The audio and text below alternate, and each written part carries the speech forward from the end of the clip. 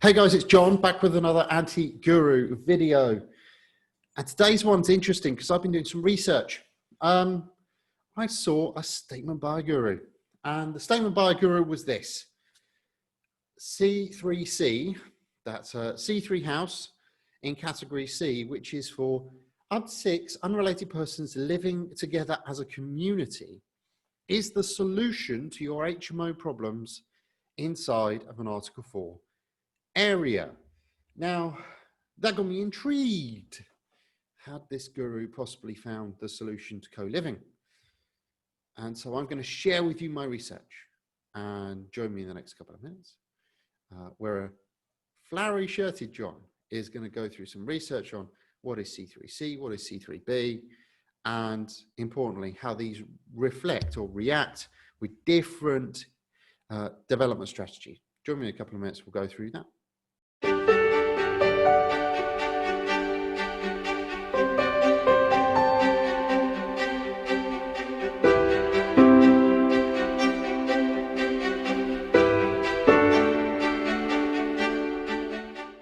Right, guys, so C3 is broken down into 3 distinct segments, A, B, and C.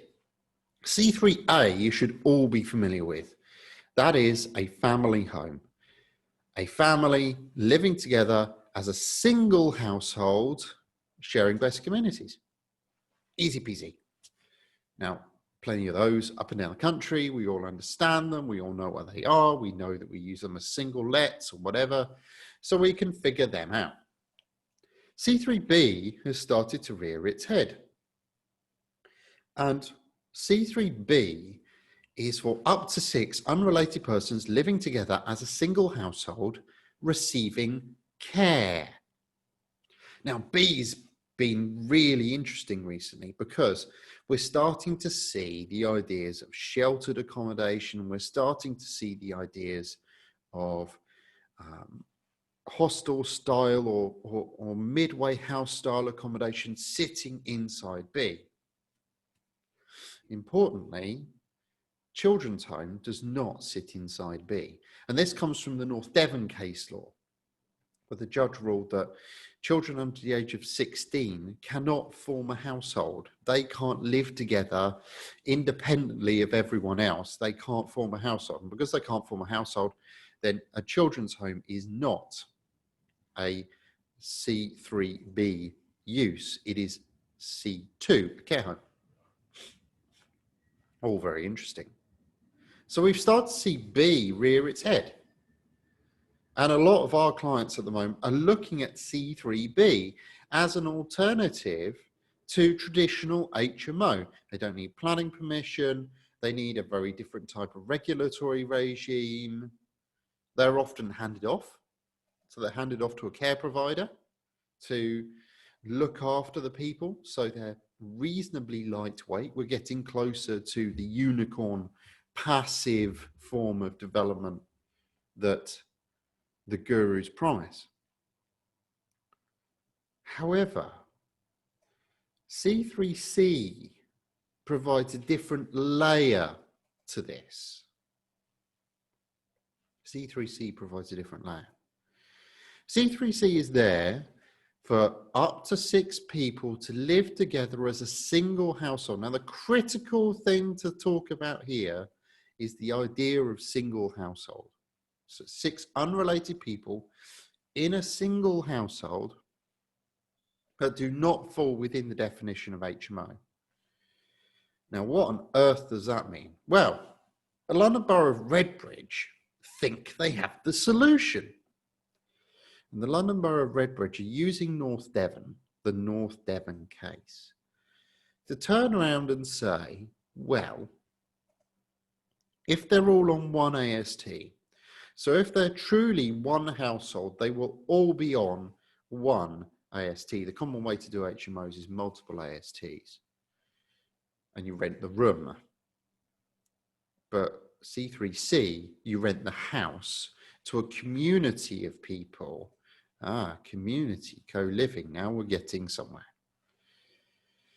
So you rent the house to a community of people on one AST and they live together as a community.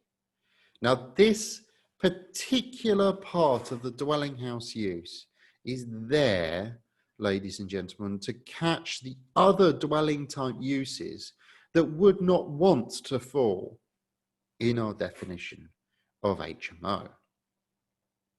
So that is things like religious institutions, convents, or small monasteries where you have religious organizations running it. You might have a pastor and a couple of nuns for a church, for example. You might have businesses seeking to take out an AST on a property in order to short-term occupy their staff, because that is more cost effective to the business to take out a £850 a month, 6-month AST on a property than to shove their guys in hotel accommodation at £100 a night.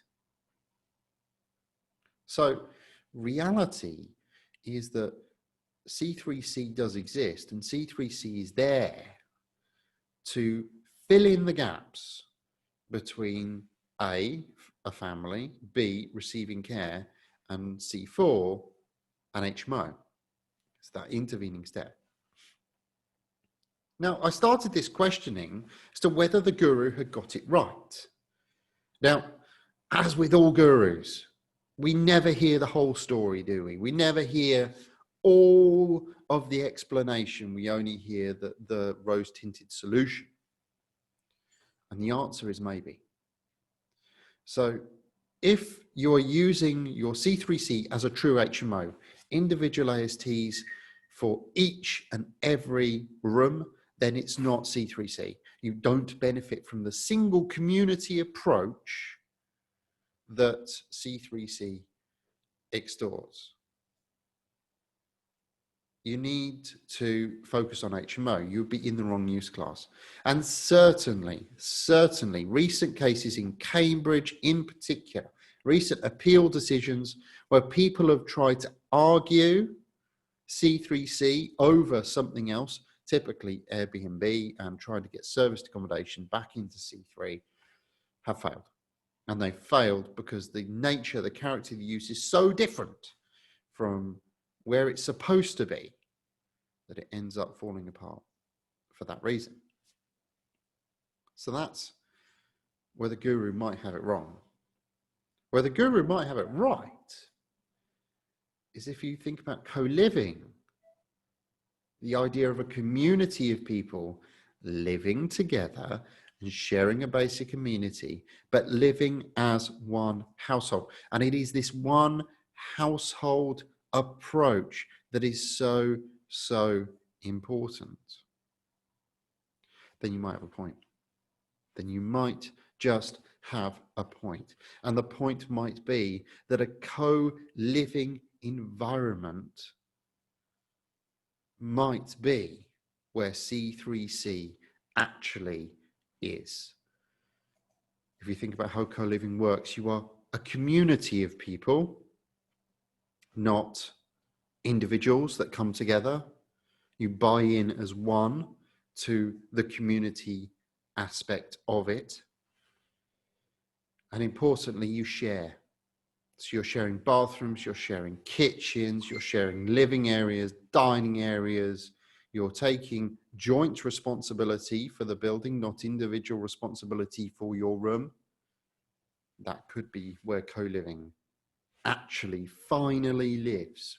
We might have finally figured it out. I don't know. You guys be the judge. Like, comment, subscribe. I hope this has been useful. A little bit of an anti-guru short. Certainly following the mini-series. And I'll be back next week with another anti-guru video on another subject. Let's see if the gurus give me some more to talk about, because it's really quite fun. Have a great day, and I will see you on the next one.